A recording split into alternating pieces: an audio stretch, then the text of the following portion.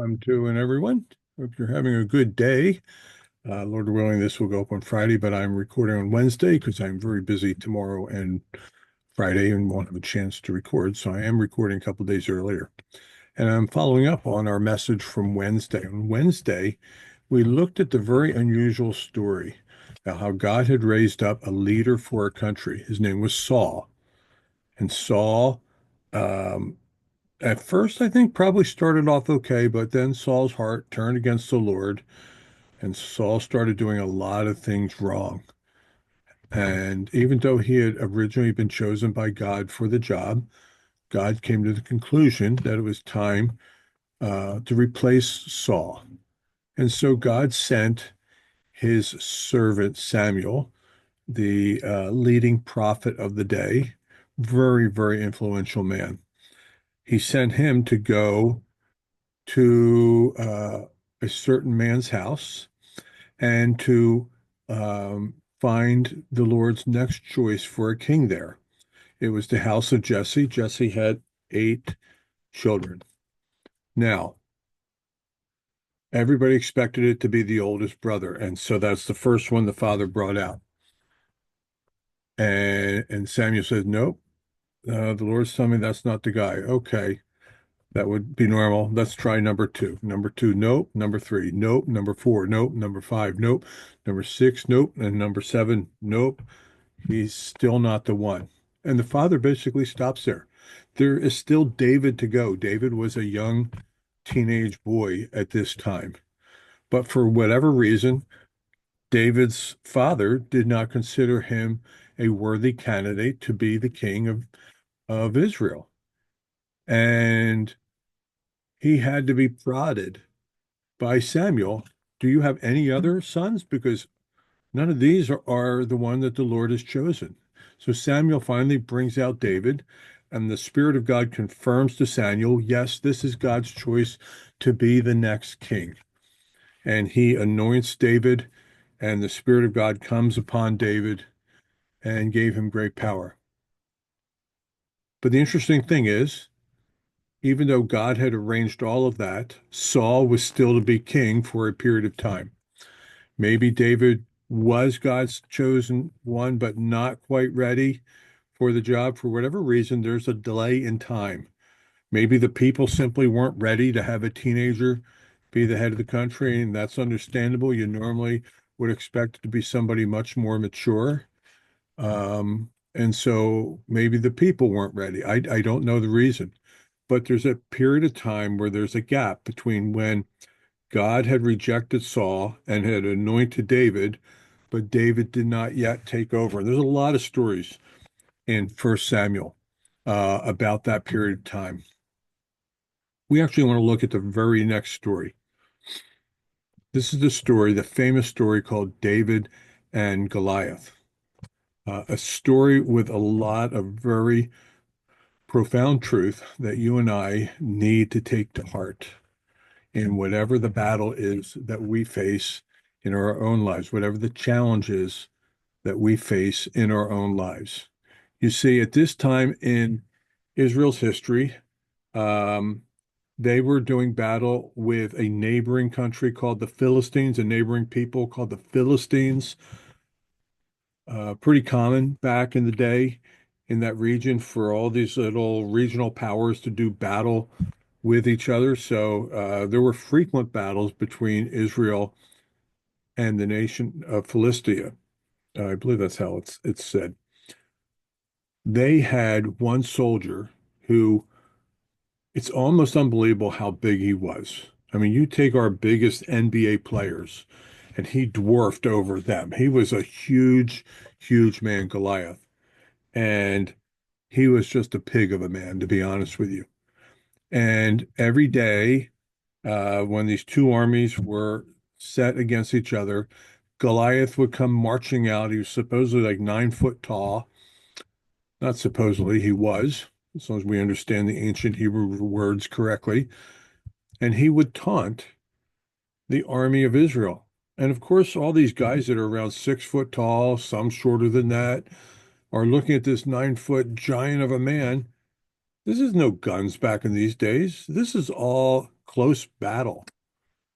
And they looked at him and they said, no way. And they were afraid. And instead of engaging in battle like they were supposed to do, they would shrink back. Okay, that's all the setting. We know that the three oldest brothers were serving in Saul's army. David is still working as a shepherd for his dad. This is where we pick up the story. Now, David was the son of the Ephrathite named Jesse, who was from Bethlehem in Judah. Jesse had 8 sons, and in Saul's time, he was very old. Jesse's 3 oldest sons had followed Saul to the war. And again, it says the 3 oldest followed Saul.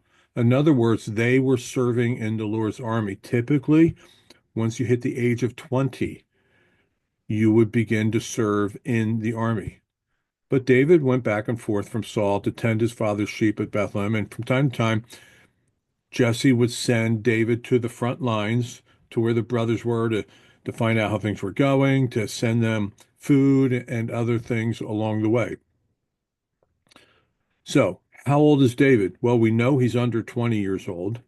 We know that in a little discussion with Saul in a little bit, Saul says to him, you are only a young man. That would be anywhere from a teenager down to a boy. We know that there's 3 brothers in between the 3 oldest and David. And so I don't think we know for sure, but I'm going to peg him as David was probably a young teenager at the time of this. He wasn't a boy, but he wasn't even close to 20 because there's so many brothers in between. Like probably the best that he could be was 16 to 17 years old. And that's with almost no gaps in between any of the brothers, age-wise. But maybe as young as 13, 14 years old, 15, 16, somewhere in there is probably the age that David was. So David goes on one of these trips, and he happens to be there when Goliath comes out and he's taunting Israel's army. And they're all afraid. These are grown men, battle-hardened men, and they're all afraid. But David himself is insulted. It really bothers him that this man would defy the armies of God. And in a sense, as a result, he was bringing shame. Goliath was bringing shame and putting shame on not only the armies of God, but the people of God, and even more importantly, on God's name himself. And this really, really bothered David. So David I'm not going to tell you the whole story. We're out of time already. David volunteers to go up against Goliath, and Saul has said, "Hey, you're too young." And David said, "Don't you worry about it." Now, screen share, because here's where the important parts come in. Where did David's confidence come from? Saul points out that he's too young. David says, "Your servant has been keeping my father's sheep. When a lion or bear come and carry off the sheep from the flock, I went after it, struck it, and rescued the sheep from the mouth." So he's literally had to do battle with lions and bears. And he says in verse 37, it's the Lord who rescued me. I read one commentary where David's confidence in himself had grown as a result of doing battle with lions and bears. No, that's not true. That is not true. David's confidence in the Lord grew because it was the Lord who rescued him when he, in almost foolish sense, took on a lion or a bear as he's protecting sheep. Now, fast forward, he's talking to Goliath, and he says this. David said to the Philistine, to Goliath, you came up against me with sword and spear and javelin, but what do I come with? He did have a slingshot and stone, but he doesn't even refer to that. But I come against you in the name of the Lord Almighty, the God of the armies of Israel, whom you have defied. This day the Lord will deliver you into my hands, and I will strike you down, and I will cut off your head. And this very day I will give the carcasses of the Philistine army to the birds and wild animals, and the whole world will know not that David is great, the whole world will know that God is great, the God in Israel. And all those who gathered here will know that is not by sword or spear. In other words, it's not by human strength or ingenuity or technology or anything that the Lord saves in battle, because the battle is the Lord's, and he will give you in our hands. Now, most of you know the end of the story. David uses a small little stone, a slingshot, to kill Goliath. Then he cuts off his head just like he promised and all that stuff. Here's the main point. David was thought of as too young, too small, too whatever to ever do this. David's confidence was not in himself. David's confidence was in the Lord. Where did he get that confidence from? Partly it's from knowing the scriptures and who God is, but partly it's a result of his life experience with God, seeing God work in his life. He knew that God was strong and would be with him. So it was not self-confidence, it was God confidence that carried him that day. And that ends up being the lesson for us. Never tell the Lord you're too small, you're too old, you're too young, you're too this, you're too that. I come from too little a place, I'm too little a person, whatever it is. The battle is not yours. The battle is not mine. The battle is the Lord's. And that's where our confidence should come from. So as Lord willing, send you off into the weekend, this is the lesson I want you to have on your mind and to remember for coming days. And when we come back, Lord willing, on Monday, we want to look at another person. I'm forgetting right off the top of my head who that is. But we want to look at another young person and how they responded in a positive fashion to God's call in their life. But between now and then, I hope you have a good couple of days, and I look forward to seeing you then.